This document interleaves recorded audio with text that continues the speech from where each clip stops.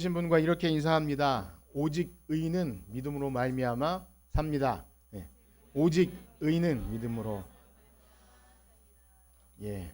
정말 그렇게 믿으시나요? 예.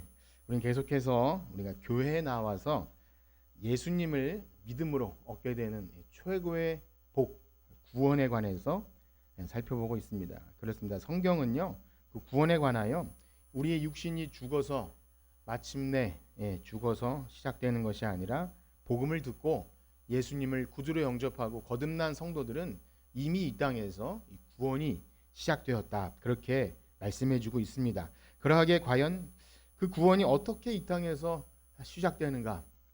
성경이 여러 가지 측면을 가지고 말씀해 주시는데 우리는 소위 그것을 구원의 서정이라는 것으로 살펴보고 있습니다. 우리는 지금 부르심과 또 거듭남, 회심, 여러분들의 이 용어가 좀 익숙해지셨나 모르겠지만 여러분들 굉장히 많이 들으셔서 레포트를 제출하라고 하셔도 하실 수 있을 것 같고 시험을 봐도 충분히 쓰실 수 있을 것 같아요. 자, 그리고 그 회심 사건은 회개와 믿음인데요. 이미 우리는 회개에 관해서 살폈고 이제 우리는 믿음에 관해서 마지막으로 살피고자 합니다. 이제 오늘 믿음에 관하여 살핀 후에는 이 구원 시즌을 잠시 쉬었다가 이제 겨울이나 혹은 내년에 다시 이렇게 시작할 텐데요. 이 다음엔 칭의, 바로 믿는 자를 의롭게 여겨주시는 그 칭의에 관해서 또 살피게 될 것입니다. 아마도 우리에게 이런 이 구원이라는 주제를 가지고 여러분들이 이렇게 좀 자세히 시간을 들여서 일부러 여러분께서 시간을 내서 어디서 듣기 이전에는 제가 경험한 짧은 신앙생활의 경험 속에서는 아마 이런 기회가 잘 오지 않을 것 같은 그런 생각이 있습니다. 그래서 여러분들에게 주어진 이 시간에 우리가 정말 구원을 소중히 여기고 또 이 구원받은 성도가 이 땅에서 살아간다는 것이 무엇인지를 좀 알길 원하시는 그런 분이시라면 이 시간을 통해서 그 믿음과 또 구원의 확신, 그런 참 구원의 확신이 견고해지는 여러분들 되시길 주님의 이름으로 축복합니다. 자, 그렇습니다. 오늘은요, 구원에 이르는 믿음에 관해서 마지막으로 한 가지를 더 살펴볼 텐데요. 그것은 바로 믿음과 행함, 믿음과 행위의 그 문제입니다. 사실 이 믿음과 행함은요, 두 개념이 서로 대립되거나 그런 상충되는 개념이 아니기 때문에 사실 논쟁의 여지가 없습니다. 그럼에도 불구하고 우리 참 이 죄악된 인생들이 하나님의 말씀을 오해하기도 하고 또 이렇게 육신을 입고 살아가다 보니 모순 덩어리 아닙니까? 믿음이 있다고 하지만 뭔가 이렇게 부족한 것 같고, 그래서 이 성경이 쓰여지던 시대부터 초대교회 또 뭐 온 중세교회나 또 종교개혁 시대 또 오늘의 이르기까지 이 참 사람들에게 이 믿음이냐 행함이냐 이것이 마치 이 대립되는 주제처럼 그렇게 논쟁되어 왔다는 것이죠. 그러나 말씀드린 대로 믿음과 행위는요, 사실상 우리가 성경에서 말하는 구원, 그리고 그 구원을 얻기 위한 믿음이 무엇인지만 이 성경대로만 알아도 이것은 서로 싸우는 개념이 아니구나, 동일선상에 놓고 대립되는 구조가 아니구나, 이것을 알게 됩니다. 자, 그럼에도 불구하고 이러한 것이 이렇게 어떤 것이 먼저냐 이런 구도가 나오는 이유는 근본적으로 말씀드린 대로 우리가 구원을 얻는 믿음이 어떤 성격을 가진 것인지를 잘 이해하지 못하는 것과 동시에 이런 것이죠. 실제적으로 이런 것입니다. 도대체 믿는 사람들이 왜 그래? 이런 얘기를 듣게 된다는 거죠. 이제 실제적인 우리 현실의 문제죠. 그렇게 믿어서 구원 받겠어? 그러한 물음이 우리에게 있습니다. 우리에게 스스로에게 또 다른 사람이.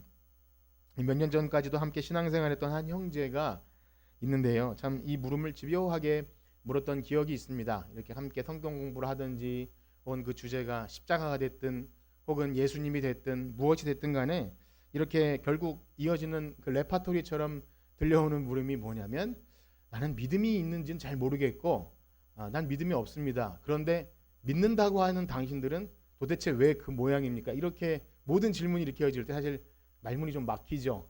뭐 할 말도 없고 그렇기도 하지만 그렇기도 하기 때문에 또 이 교회에서 오랜 시간 어릴 때부터 자라온 자신의 이 배우자는 왜 이 모양이라는 표현을 하죠. 이거 정말 믿는 것인가? 라는 그런 표현을 합니다. 아마 그 형제가 근본적으로 하고 싶은 말은 아마 야고보서의 내용처럼 행함이 없는 믿음은 죽은 믿음이니까 당신들 믿음은 아마 죽은 믿음일 것입니다. 이런 식으로 얘기하는 것일 것입니다. 저는 그 질문이 충분히 이해가 가고요. 또 우리가 믿고 구원의 확신을 가졌다고 하는 사람들이 그러한 의문을 갖게 하였다는 것에는 책임이 있다는 것을 인정합니다. 그럼에도 불구하고 안타까운 것은요, 믿음과 행위를 그러한 차원에서 보게 될 때 자기 나름대로 판단하게 되고 형제를 비판하게 되고요. 결국 그런 안타까운 모습에 빠지는데, 참 하나님께서 뜻이 있다면 좀 바른 길로 항상 인도해 주시기를 바라는 그런 마음이 있습니다.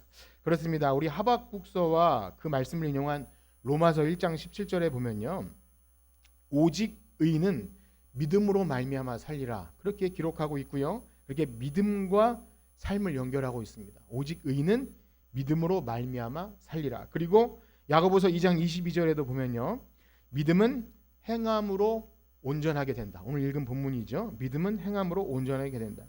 역시 예수님도요, 복음서에 보면 그들의 열매로 그들을 알리라. 그러니까 그들이 참 신자인지 거짓 신자인지 열매로 그들을 알리라. 그래서 삶으로 드러나는 열매와 참된 믿음은요, 아주 뗄래야 뗄 수 없는 그런 관계입니다.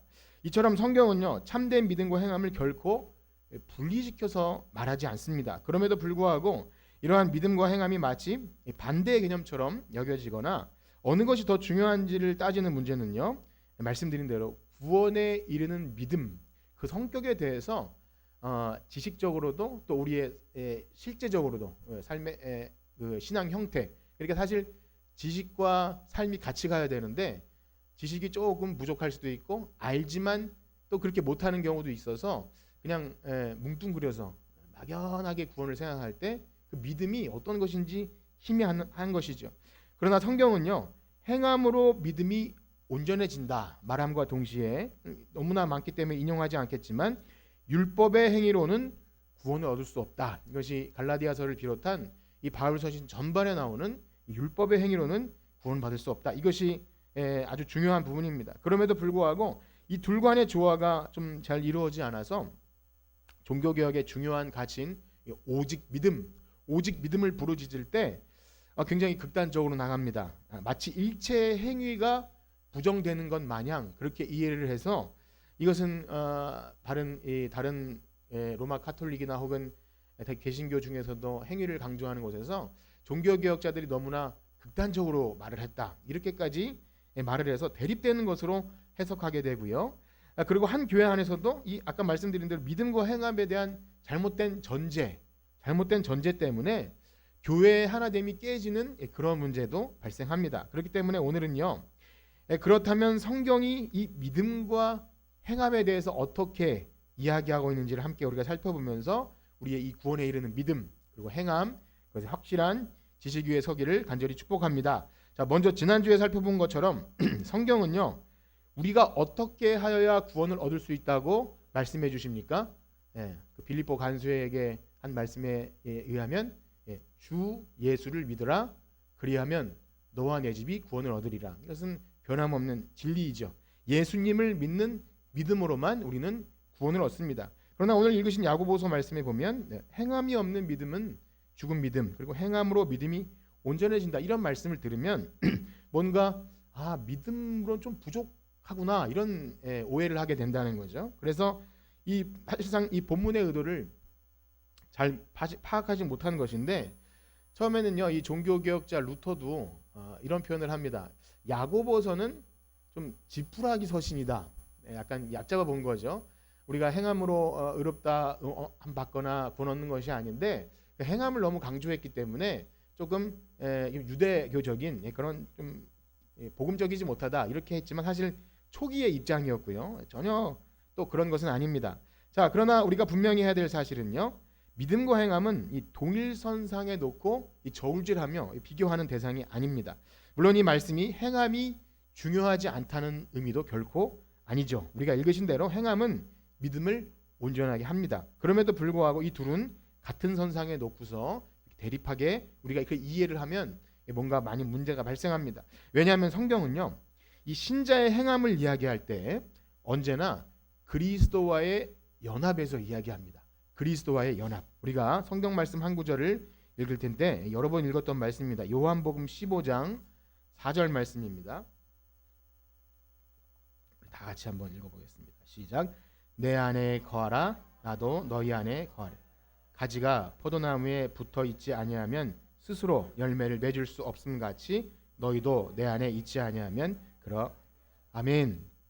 그렇습니다. 성경이 요구하는 신자의 모든 행위, 성경 속에서 등장하는 요구되어지는 율법과 모든 행위는요, 바로 이 예수님 안에 붙어 있는, 즉 예수님과 연합된 성도들에게 요구해지는 행위라는 것입니다. 예수님 밖에 어떤 행위도 구원에 이르는 행위와는 관련이 없는 것이죠.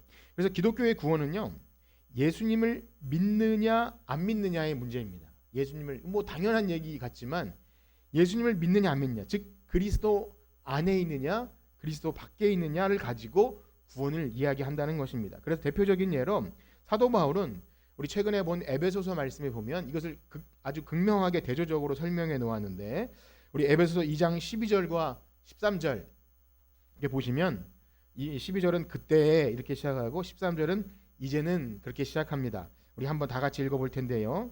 12절에서부터 시작. 그때에 너희는 그리스도 밖에 있었고 이스라엘 나라 밖의 사람이라.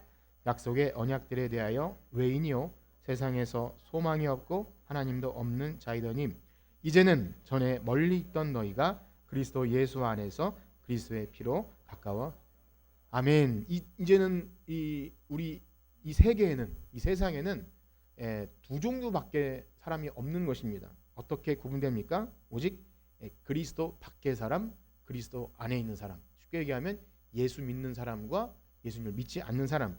이건 뭐 기독교만 말하는 자기네들만의 독선적인 주장이라고 해도 어쩔 수 없는 것이, 성경은 인간은 딱 두 종입니다. 구원받은 사람, 구원받지 못한 사람, 그리스도 밖의 사람, 그리스도 안의 사람. 그것을 가지고 행함도 말하는 거죠. 그리스도 안에서 행함, 그리스도의 밖에서 행함. 그러니 그리스도 안에 있는 행함은 무엇입니까? 구원받은 신자들이 하나님을 기쁘시게 하기 위해서 이 성도의 감사로 올려드리는 삶입니다. 그러니까 우리가 구원을 얻기 위해 어떤 조건을 마련하는 것이 아니라, 구원 얻은 성도들이 이제는 내가 그리스도 안에 그 하나님의 붙임 받은 가족이 되어 권속이 되었고 예수 그리스도의 이 몸이 되었는데 어떻게 하나님께 영광을 돌려야 할 것이니까, 이 열매에 관한 문제이고, 그리스도의 밖의 행함은요, 미안하지만 뭐 제가 미안할 필요는 없지만 구원과는 아무런 상관이 없다는 것입니다. 그래서 지난주에도 구원에 관하여 관심 있는 사람들이 자주 묻는 질문 중에 교회에 묻는 질문이겠죠. 그런 질문. 이순신 장군은 과연 구원을 얻었습니까? 하는 그런 난처한 질문. 난처할 수밖에 없는 것이, 그 질문에 대답에 머뭇거리는 이유는 무엇입니까? 그래도 착한 일 많이 하는 사람은 하나님이 조금 뭔가 주시지 않나, 이런 기대감.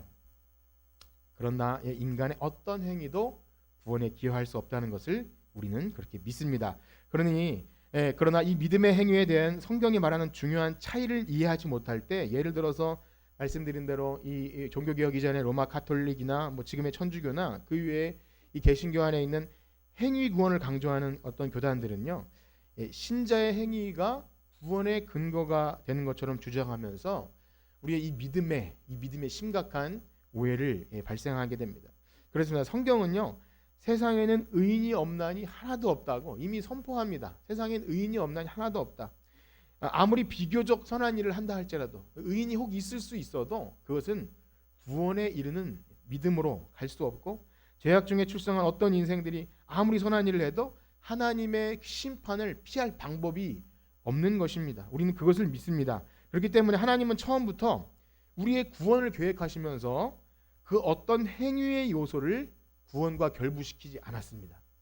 하나님이 우리의 구원을 계획하시면서 그 어떤 행위의 요소를 우리의 구원의 그 체계 혹은 시스템, 어떤 과정, 그 안에 행위가 들어가는 것을 단 1도 넣지 않았습니다.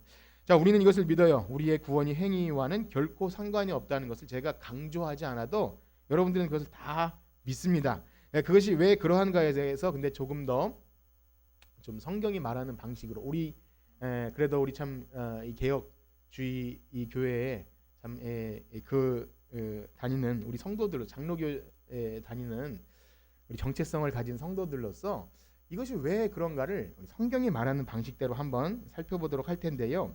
이것을 바로 하나님의 은혜 언약이라는 관점에서 말씀드리고자 합니다. 벌써 이 언약 얘기가 나오면 조금 복잡하게 느껴질 수도 있고요. 저도 그렇게 아직 쉽지는 않습니다.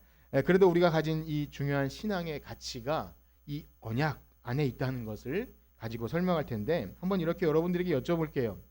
우리의 구원이 행위와 관련이 없지만 그래도 하나님께서 인류를 창조하신 이후에 행위로 영생을 얻게 하신 적이 있을까요? 없을까요? 잘 대답이 안 되시죠?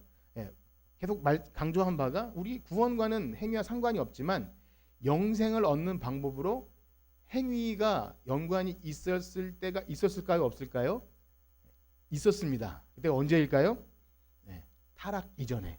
타락 이전에 죄가 세상에 들어오기 전에는요, 아담과 하나님께서 약속하신 것이 있는데 그 약속을 행위 언약이라고 합니다. 지금 우리가 은혜 언약을 말씀드리기 위해 이것을 잘 기억하셔야 되는데, 그때에는 죄가 세상에 들어오기 전에는 하나님과 이러저러한 약속을 가지고 야, 내가 하지 말라고 한 요것만 잘 지켜, 그럼 너희들은 영생을 얻을 거야, 이렇게 약속해 주셨고, 아담은 그 약속을 지킬 능력이 있었습니다. 죄가 없었기 때문에 그때는 가능했습니다. 그래서 제가 아까 여러분들에게 물을 때 구원이 아니라 왜 행위로 영생을 얻습니까? 이렇게 물어본 이유가 있어요. 왜냐하면요, 타락 이전에는 구원이라는 개념이 필요가 없었던 거예요. 이해가 되시죠? 그때는 아담은 구원받을 필요가 없고 말씀을 따라서 영생만 얻으면 되는 것입니다. 그러나 죄가 이 땅에 들어옴으로 이제 죄의 문제가 결부되어서 우리는 구원받아야 될 존재가 된 거예요. 그렇기 때문에 타락 이전의 인류에게는 사실상 구원의 개념이 필요 없고요. 타락 이전의 말씀에 순종함으로 영생을 얻는 방법이 소위 행위 언약입니다. 이것을 꼭 기억하십시오. 그러나 이 행위 언약은요, 아담과 하와가 선악과를 먹게 되면서 파기되었고, 더 이상 어떤 인생도 자기 행위로는 영생에 이를 수 없게 된 것입니다. 이 상태를 바울은 이렇게 얘기하는데, 우리 로마서 5장 12절 말씀입니다. 우리 다 같이 한번 읽어보겠습니다. 로마서 5장 12절 시작. 그러므로 한 사람으로 말미암아 죄가 세상에 들어오고 죄로 말미암아 사망이 들어왔나니 이와 같이 모든 사람이 죄를 지었으므로 사망이 모든 사람에게 이르렀느니라. 아멘. 이것이 우리의 상태입니다. 타락 이후에 전 인류는 죄 아래 있습니다. 어느 누구도 자신의 행위로 사망에서 생명으로 영생을 얻는 것은 불가하고 의롭게 되기도 불가능한 상태가 된 것이죠. 그러나 하나님은 그러한 비참한 상태에 있는 인생들에게 이제 아담과 맺은 행위 언약 대신 둘째 아담으로 오신 예수님께서 완성하실 그 새로운 언약, 은혜 언약을 따라서 구원을 주신 것. 행위 언약, 은혜 언약. 이것을 기억하십시오. 행위 언약 가능했어요. 그런데 아담과 하와의 그 선악과를 먹는 행위로 말미암아 파기되었습니다. 그러나 하나님은 이미 창세에 원시복음을 심어 놓으셔서 이제 이 죄인들은 내가 어떻게 해주지 않으면 안 되겠구나 해서 만들어주신 그 구원의 방법이 바로 은혜 언약입니다. 그래서 그 은혜 언약 체계 아래서는요, 어떠한 행위도 없는 것이에요. 오직 믿음으로 의롭다 여겨지는 그 방법, 그것이 바로 믿음을 통해 구원을 얻는 놀라운 복음입니다. 우리가 복음 얘기할 때는요, 이것을 기억하셔야 돼요. 이젠 어떤 행위도 아닌, 율법의 어떤 행위도 아닌 오직 예수 그리스도를 믿는 믿음만 통해서 구원을 얻는다. 이것이 바로 이 은혜 언약이 열어놓은 이 복음의 시대입니다. 그러므로 우리는 그리스도 안에 있을 때만 은혜 언약 안에 들어가 있을 거예요. 그리스도 안에 있는다는 것은 믿음입니다. 믿음. 우리가 뭘 하는 것이 아니라 그것을 그 하나님이 만들어진 그 은혜 언약이라는 그 구원의 방법을 믿음으로 수납하는 거예요. 이는 두 번째 아담으로 오신 예수님께서 첫 번째 아담이 실패한 그것을 사람의 몸을 입고 오셔서 자기가 그 율법에 순종하심으로 그 사실은 행위 언약을 예수님이 대신 이뤄내신 거예요. 예수님의 육체로 자신의 죄를 다 담당하심으로 우리가 할 수 없는 그것을 예수님이 이루셨기 때문에 예수님을 통하지 않고는 우리는 그 구원의 은총을 받을 수 없는 것, 그리고 예수님의 의가 우리에게 전가된다고 하는 그 의. 그래서 믿음은요, 그렇게 의롭게 되고 또 구원을 받고 죄사함을 받고 이 모든 용어들이 바로 이 믿음을 통해서 가능하다고 하는 것입니다. 자, 제가 지금까지 말씀드린 내용을 성경을 다 인용하지 않았습니다. 좀 성경 찾아가서 할 내용이지만 이것이 바로 성경이 말하는 구원의 방식, 우리 이 우리 개혁주의 신앙을 가진 이 은혜 언약을 통해서 구원에 이르는 그 복음 이야기입니다. 그것을 가장 대표적으로 보여준 인물이 바로 아브라함인데요. 우리 이번에 창세기 말씀을 한번 보겠습니다. 창세기 15장 6절입니다. 우리 남자 성도님들만 한번 큰 소리를 읽어볼까요? 15장 6절 시작. 아브라함이 여호와를 믿으니 여호와께서 그의 아멘. 감사합니다. 여기서 이 말씀을 잘 보면 아브라함이 스스로 의롭다 여길 만한 무엇이 있어서 어떤 행위를 보고 사실은 한 것이 아닙니다.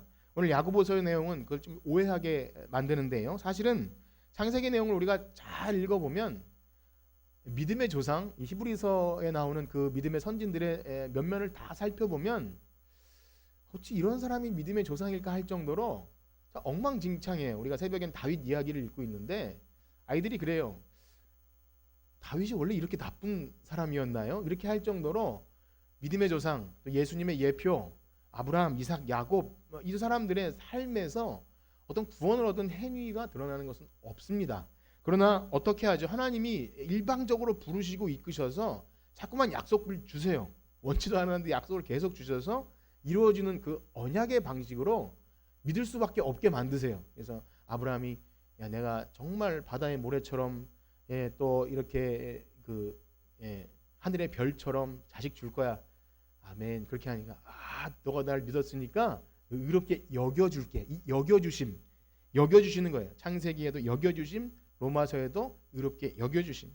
그렇습니다. 의롭게 여겨주신다는 거예요. 믿음으로 의롭게 여겨주심. 그래서 이 믿음으로 의롭게 여겨주신 방식은요, 여전히 신약시대에도 예수님을 통해서 그러한 방식으로 우리에게 임하는데요. 우리 이번엔 갈라디아서 말씀 우리 자매님들이 한번 읽어보겠습니다. 갈라디아서 3장 7절에서 9절입니다. 시작. 그런즉 믿음으로 말미암은 자들은 아브라함의 자손인 줄 알지어다.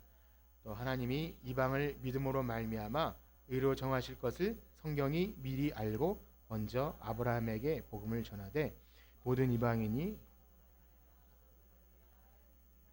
그러므로 믿음으로 말미암는 자는 믿음이 있는 아브라함과 함께 복을 아멘. 그렇습니다. 우리 죄에 빠진 인류는요, 허락하신 그 하나님의 은혜 언약, 이처럼 오직 그리스도를 믿는 그 믿음만로 우리는 구원받은 줄 믿습니다. 자, 그럼에도 불구하고요, 만약 믿음 외에 어떤 다른 행위의 요소, 어떤 그런 행함이 근거가 된다고 말하면 그것은요, 하나님의 은혜를 부정하게 될 수밖에 없고 성경은 그것을 다른 복음이라고 얘기합니다.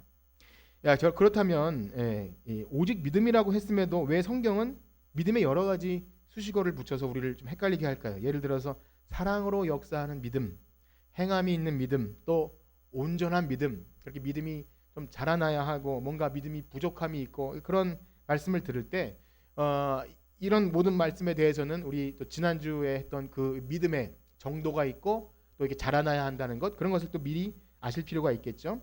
특별히 오늘 본문인 야고보서에서 행함이 믿음을 온전하게 한다라는 말씀을 보게 되면 마치 믿음만 가지고는 안 될 것 같은, 그래서 믿음에 무언가 행위를 더해야 될 것 같은 그런 마음이 들게 한다는 것이죠. 그러나 말씀드린 바와 같이 무엇을 전제로 해야 합니까? 우리 이 행함의 모든 전제는 그리스도 안에 있느냐, 그리스도 밖에 있느냐. 쉬운 말로 예수님을 믿는 사람이냐, 믿지 않는 사람, 딱 두 가지로만 구분됩니다. 은혜 언약 아래 있는지, 이미 행위의 언약으로는 우리는 구원받을 수 없기 때문에 그 사람이 은혜 언약 아래 있는 믿음의 사람인지를 봐야 한다는 거죠. 사실 야고보서를 쓴 이 야고보 사도도요, 편지를 쓰는 대상이 불신자를 대상으로 하는 게 아니라 이미 믿는 성도들 향해서 쓰는 거예요. 그러니까 이미 구원 안에 들어온 신자들에게 너희가 믿는다고 하면서도 어찌 그럴 수 있느냐, 이런 뉘앙스로 한 말이지, 그렇게 믿으면 그건 가짜 믿음이고 그것은 믿음이 아니다, 혹은 그 믿음 가지고는 불가능하다, 이런 식으로 말한 것이 아니라는 것입니다. 즉 구원 얻은 성도들이 그리스도 안에 잘 붙어 있으면 맺혀지는 그 열매들, 요한복음의 그 포도나무 비유처럼 우리가 뭔가 열심히 해서 열매를 맺는 방식이 아닌 붙어 있으면 열매를 맺는 그러한 차원으로 우리가 이제 열매를 맺는데, 선한 삶, 또 성도의 의로운 행실, 그리고 형제를 사랑하는 것, 율법을 지키는 것, 하나님을 사랑한다고 할 때 하나님의 계명을 지키는 것, 이것은요 무언가 억지로 우리가 이뤄내는 방식이 아닌 이 우리의 그 신분을 이해하는 것으로부터 출발합니다. 그러니까 우리의 신분을 제대로 이해하지 못하면, 우리가 그리스도 밖인지 그리스도 아닌지를 제대로 이해하지 못하면 그리스도 밖에 있어도 하나님 안에 거한다는 것, 그리고 오직 예수 그리스도만 우리의 구원자가 되시는 것을 제대로 고백하지 않아도 이러저러한 몇 가지 행실로 종교인이 되면 참 신자가 되는 것처럼 이 오해를 불러일으키기도 합니다. 그러다 보면 행함으로 자신의 믿음 있음을 증명해내는 이상한 종교 형식이 되기도 합니다. 그래서 어떤 사람이든지 그리스도 안에 거하는 것이 무엇인지 모르는 상태에서 예수님이 아니면 이 사망의 몸에서 나를 건져낼 자가 없다는 그런 참 거듭남과 회심과 이런 상태가 없이도 만약에 개인적인 신앙의 열심과 봉사와 헌신과 사람들과의 칭찬 안에서 이렇게 했을 때 굉장히 위험할 수 있다는 거죠. 나는 믿음이 없다고 공공연하게 말하면서도 많은 사람 앞에 섰을 때 은혜롭게 찬양을 하고 참 박수를 받고 그것이 더 좋은 신자로 착각하게 만드는 것이 이 무서운 인간의 행위입니다. 행위는요, 너무 참 우리가 굉장히 잘해야 하지 않으면 믿음을 참 오염시킬 수 있는 너무나 위험한 거죠. 자, 이러한 모습은 결국 예수님 시대의 바리새인과 서기관과 같은, 이제 누가복음엔 계속 그 바리새인 서기관 얘기가 나오는데요. 이 율법주의자, 참된 믿음보다는 종교적 행위로 서로를 힘들게 해요.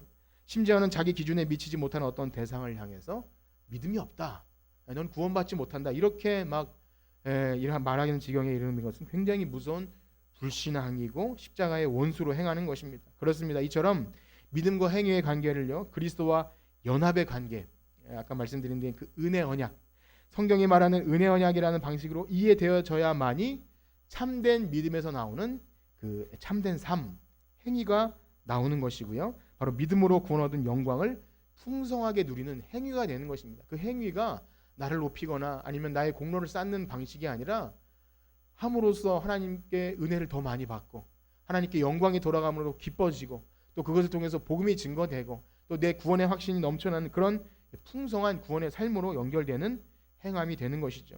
더 이상 다른 사람에게 옳게 보이려거나 이 구원에 무언가 부족할까 봐 내가 이래서 구원 받겠나 싶어서 하는 그런 행위가 있다면 여러분들 그것을 내려놓으셔야 합니다. 여러분들의 여러분들의 신앙 행위를 참 조밀하게 잘 살피셔야 돼요.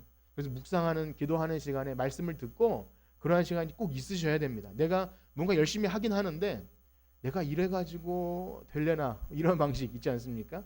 내가 이 직분이 있는데, 혹은 내가 구원받은 신자라고 하는데 이래가지고 안 될 것 같아서 하는 것, 뭐 그런 체면이 나쁘다는 의미보다 우리가 얻은 이 복음의 놀라운 영광과 구원의 그 확신을 그런 식으로 채워나갈 수 없다는 것이죠. 그러므로 사랑하는 성도 여러분, 우리가 가진 믿음이 열매를 맺는 믿음인지를 살피셔야 됩니다.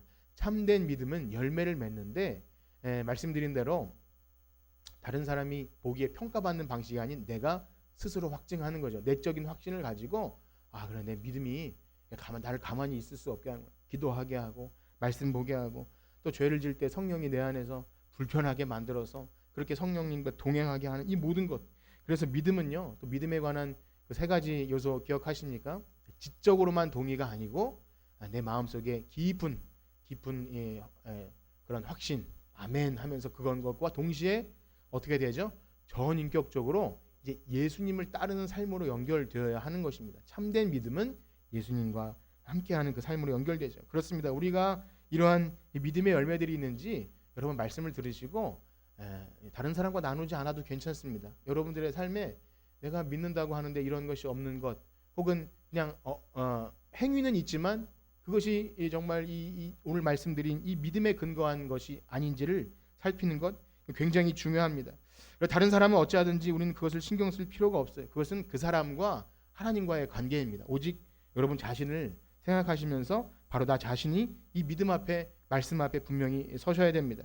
그렇습니다. 우리 믿음은 선물로 우리 주어진 것이기 때문에 여러분 단순한 여러분들이 몇 가지를 한다고 저 사람은 믿음이 있느냐 혹은 없느냐 그렇게 평가하게 내버려둬도 안 되고 여러분 스스로를 평가하시면 안 됩니다. 날마다 성령의 인도를 받기 위해서 말씀을 따라 행하고 있는지, 또 하나님의 뜻인 거룩한 삶을 살기 위해 우리의 옛 본성인 썩어져가는 옛 구습을 벗어버리고 새 사람을 입는 것, 이러한 계속된 어떻게 보면 몸부림, 그것은 참 믿음을 가진 사람들에게만 있는 것이죠. 그렇기 때문에 우리 신앙의 모든 행위, 모든 행함, 그 어떤 보여지는 몇몇으로 교회에서 그를 뭐 직분자로서 혹은 대상으로서 평가되는 것 말고 여러분 스스로 그 모든 행위의 중심의 동기가 무엇인지를 여러분 분명히 하셔야 됩니다. 여러분들이 무엇을 하든지 교회에 나와서 헌금을 하고 예배를 드리고 찬송을 드리고 또 이렇게 공동체를 어떤 이렇게 내 직분을 가지고 섬기고 구석구석에서 무엇을 하든지 간에